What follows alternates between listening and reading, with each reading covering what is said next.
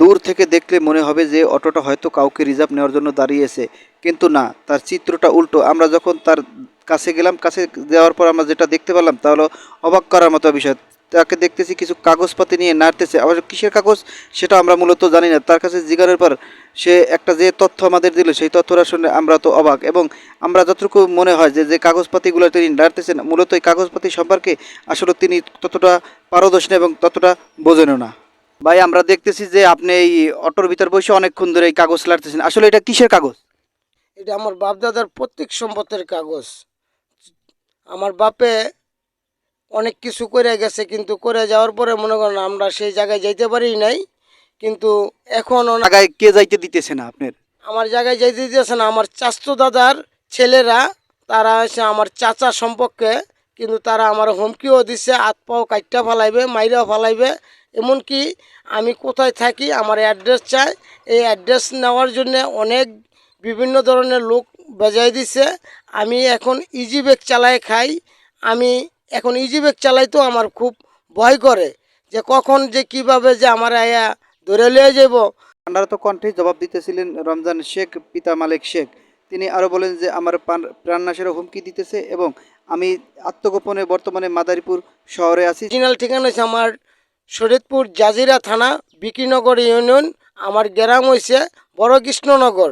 আমার চেয়ারম্যান হয়েছে গিয়া ইস্কেন ভুইয়া।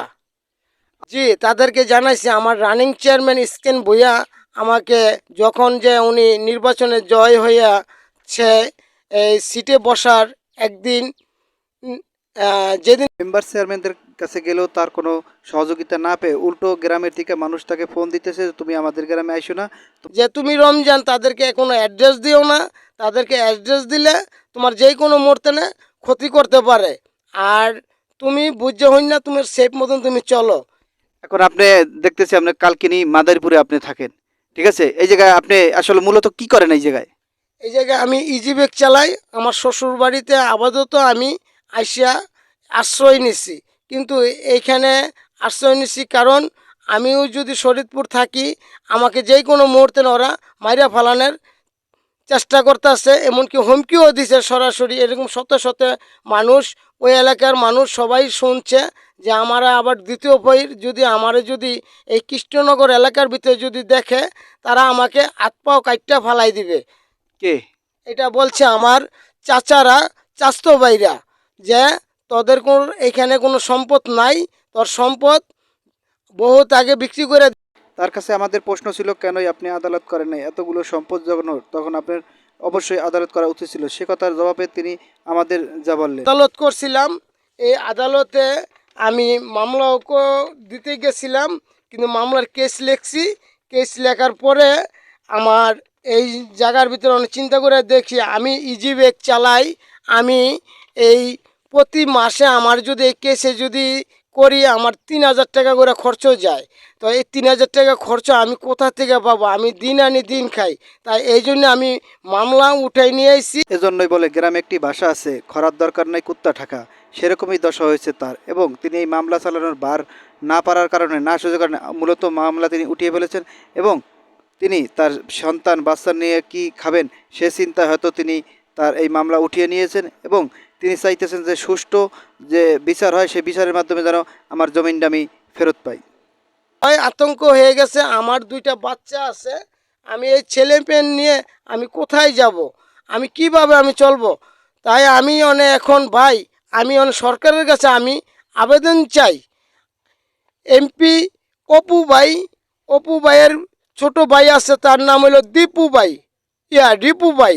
এই রিপু ভাইয়ের সাথে আমার সাথে কথা হয়েছে কোর্টে, শরীয়তপুর কোর্টে।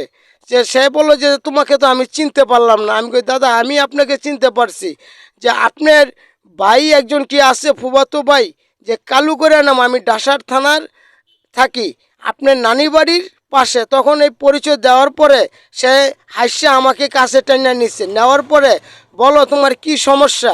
তখন আমি ওই দীপু ভাইকে আমি আমার এই কাগজপাতিগুলি সব দেখাইছি। দেখানোর পরে সে এই চেয়ারম্যান সাহেবকে ফোন দিচ্ছে। ফোন দেওয়ার পরে সে স্ক্রিন মিয়া চেয়ারম্যানকে ফোন দেওয়ার পরে চেয়ারম্যান সাহেব বলছে যে হ্যাঁ আমি রমজানের এই ভেজালটা আমি ঈদের পরে বাইঙ্গা দেব। তো ঈদের পরে বাইঙ্গা দেওয়ার কথা বলতে গিয়ে আমি 1 বছর পরেও আমি তার সাথে কথা বলি যে চেয়ারম্যানের সাথে নাকি?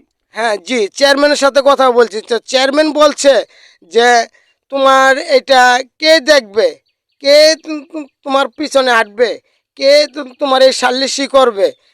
চেয়ারম্যানে কি কোনো টাকা পয়সা কি কিছু চাইছিল কিনা আপনার কাছে, যে আপনার এটা ভেঙে দিবে বা এটার মীমাংসা করে দেবে, এই বিষয়ে কোনো টাকা পয়সা চাইছিল নাকি চেয়ারম্যান?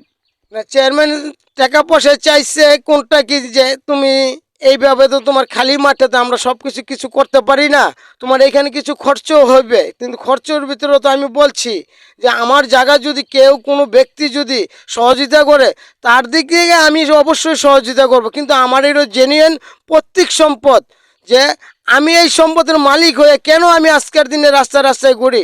কিন্তু এই চেয়ারম্যানও এই কথা শুনে সে আমাকে ওয়ারিশ সার্টিফিকেট দিচ্ছে কপালে আমার টাক মারতো। এই যে দেখেন ভাই আমার অরিজিনাল কাগজ, এই যে দেখেন আপনারা, এই যে আমার এই যে ওয়ারিশ সার্টিফিকেট চেয়ারম্যান রানী। এক এক করে আমাদের কাগজপাতি দেখালেন এবং বললেন যে ভাই এই কাগজপাতি দেখে আমার জায়গাটা যেরকম পারুক মানুষের জন্য আমার ঠিক মতন আমার জায়গাটা আমার বন্টন করে দেয়, এবং আমি কেস মামলা চালাইতে পারবো না, কারণ সেই পরিমাণ টাকা আমার কাছে নাই। এবং তিনি মাননীয় প্রধানমন্ত্রীর সহযোগিতা চান। পারতাছি না, প্রধানমন্ত্রী বলছে যে কাগজ যার জমিন তার, আমার তো কাগজ থাকতে ওয়ারের সার্টিফিকেট থাকতে রানিং চেয়ারম্যানের সার্টিফিকেট থাকতে সেই কেন আমি আজকে পাইতাছি না। আমি প্রধানমন্ত্রীর কাছে আমি আহ্বান চাই যে আমি 23 একর সম্পদে। কান্না ভেজা কণ্ঠে একটা কথাই তিনি বললেন যে দুনিয়ার আদালতে বিচার না পেলেও একদিন আল্লাহর আদালতে ঠিকই আমি বিচার পাবো, হয়তো সেই অপেক্ষায় আমার থাকতে হবে। এবং দুনিয়াতে এরকম মানুষ আমি দেখি না যে আমার হেল্প করে আমার এই কাগজপত্রটা ঠিক করে দিবে, এরকম লোক এখন আর আমি দেখি না। এবং তিনি বলেন এই কথা যে আমার বিচার হয়তো আমি এই দুনিয়ায় না পেলেও আখেরাতে বিচার পাবো, এই বলেই তিনি কান্নায় ভেঙে পড়েন। এবং আমাদের পেজ যদি ভালো লাগে অবশ্যই সাবস্ক্রাইব দিয়ে থাকবেন এবং শেয়ার করে দিবেন সবাইকে দেখার জন্য।